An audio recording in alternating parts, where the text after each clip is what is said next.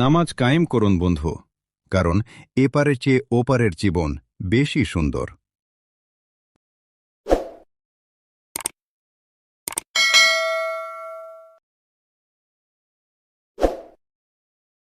ভুল সময় উইকেট পড়াতে বাংলাদেশ পিছিয়ে গেছে মনে করেন সাইফ।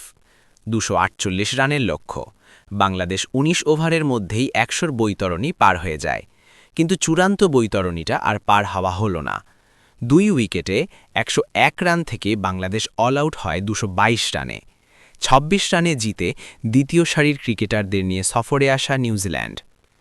লিটন দাস ও সাইফ হাসানের ৯৩-এর পর বাংলাদেশ আর বড় জুটি পায়নি।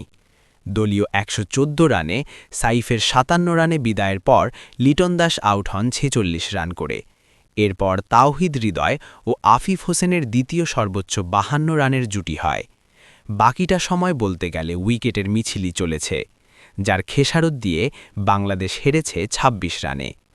বাংলাদেশের হয়ে সর্বোচ্চ রান করা সাইফ মনে করেন মিরপুরের উইকেট কিছুটা আনইভেন ছিল, কিন্তু অজুহাত দেওয়ার সুযোগ দেখছেন না তিনি।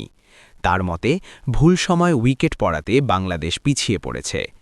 ম্যাচ শেষে সংবাদ সম্মেলনে এই ওপেনার বলেন, উইকেট নিয়ে তো আইডিয়া ছিল কী রকম হতে পারে, আজকে কিছুটা একটু আনইভেন হয়েছে, কিন্তু আমার মনে হয় ওই অজুহাত দিয়ে বাঁচার কোনো উপায় নেই।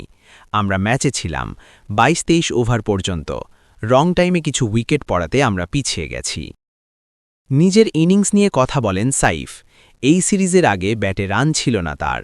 রানে ফেরার পথে চাপ ফিল করেছেন কিনা এমন প্রশ্নে বলেন, চাপ না, আসলে প্রস্তুতি ম্যাচে আমি ভালো ফিল করছিলাম, ব্যাটিং খুব কমফোর্টেবল লাগছিল, ওরকম কোনো প্রেশার ছিল না, কিন্তু এখানে যদি আমি আরেকটু ক্যারি করতে পারতাম দলের জন্য অনেক হেল্পফুল হতো।